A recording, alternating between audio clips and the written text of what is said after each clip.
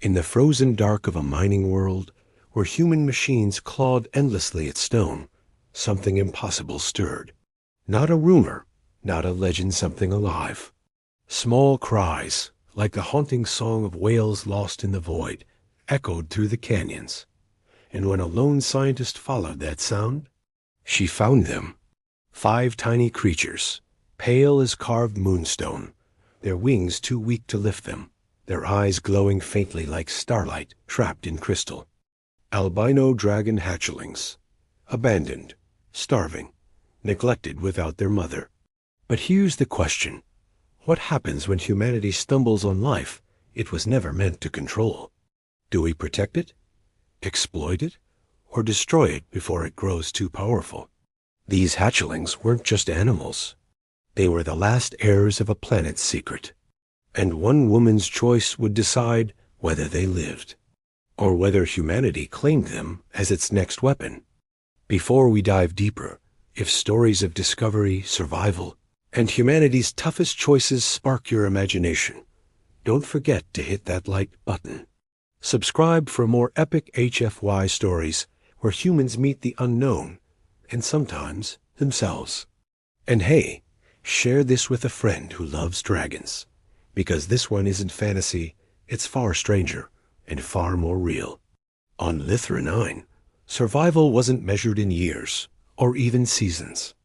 It was measured in shipments, or in credits out. That was the rhythm of life on this tidally locked world. The colony sat on the planet's dark side, where the sun never touched the horizon. The sky glowed only with a ghostly shimmer auroras rippling faintly across a thin metallic atmosphere. For the miners, it was just another job.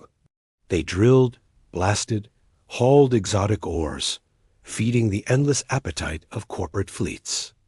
Every breath they took came from a processed tank. Every day blurred into the next. For them, the world was dead. But not for Aira Kale. She was no miner. A xenobiologist, stubborn and restless, she believed Lithra 9 still held secrets. To her, the cliffs and frozen valleys whispered of life that had survived long after the planet's surface was carved hollow.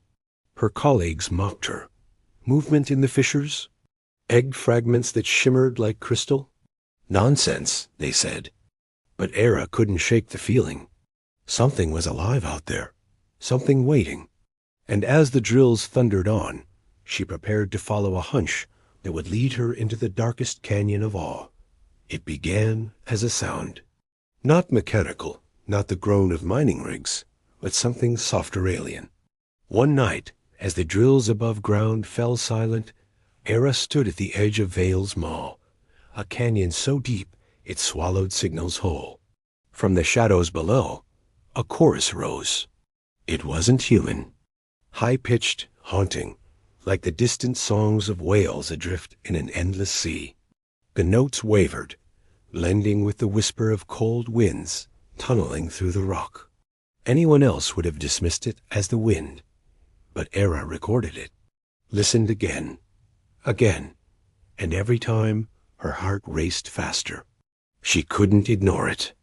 She strapped on her lamp, clipped into old rope lines, and descended alone into the abyss. The further she climbed, the colder the air became, her breath fogging before her face. The sound grew louder, more insistent cries, not just calls. The catwalks rattled under her boots, half broken from years of neglect. Her light barely pushed back the dark. And then, at the bottom, the sound stopped. Silence. Aira's chest tightened. The canyon floor stretched out before her like the mouth of a grave.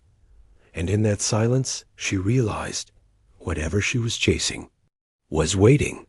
Her lamp flickered across the canyon floor, bouncing off jagged stone and glittering frost.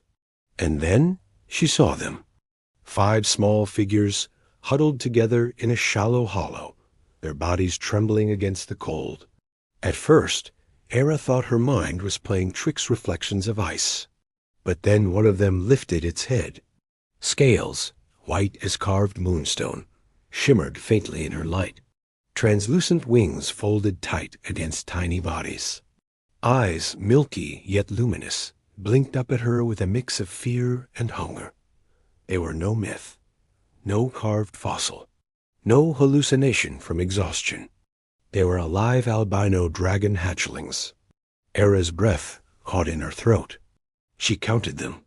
5, fragile, curling into one another for warmth, their cries thin and fading. No mother, no nest, just abandoned life, neglected in the dark. For a heartbeat, she froze. Every warning her colleagues had ever spat at her thundered back. Lithra is dead. Stop chasing fairy tales. And yet, here they were, breathing, watching, depending on her. Her hands trembled as she lowered her pack. In that moment, Aira knew a single truth. These hatchlings should not exist.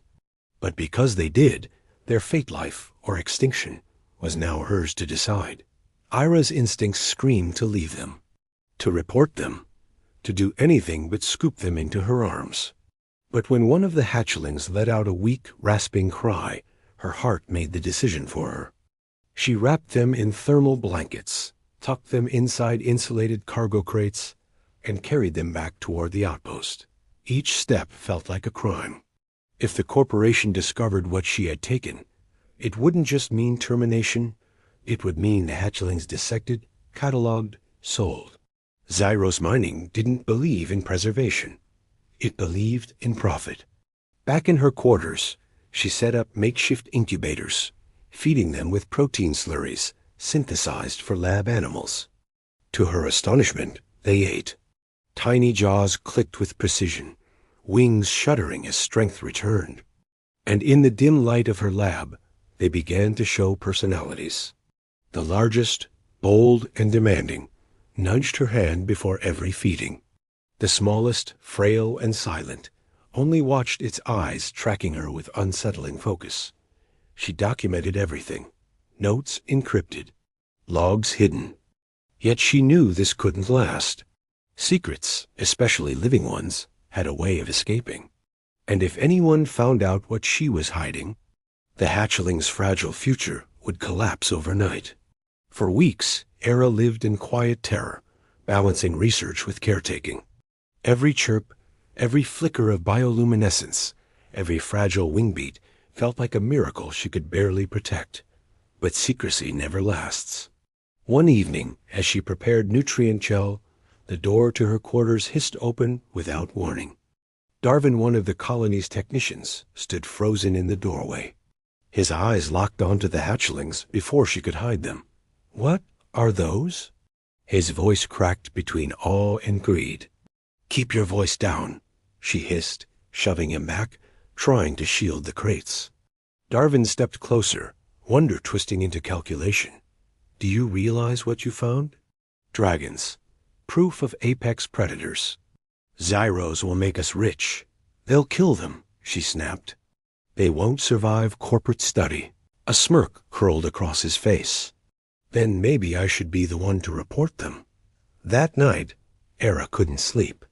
Her mind raced with visions of the hatchlings in cages, reduced to specimens. She doubled her security, hid them in a geothermal alcove. But dread gnawed at her. Darwin had seen too much. And Zyros Mining never ignored profit when it came knocking. If you're rehooked by the discovery of the albino hatchlings and want to see how far Aira will go to protect them, make sure you subscribe right now. This journey is only just beginning, and trust me, you don't want to miss where it leads. Welcome to Paragon Rebuy Tales, where every story asks, what does it really mean to be human in the face of the unknown?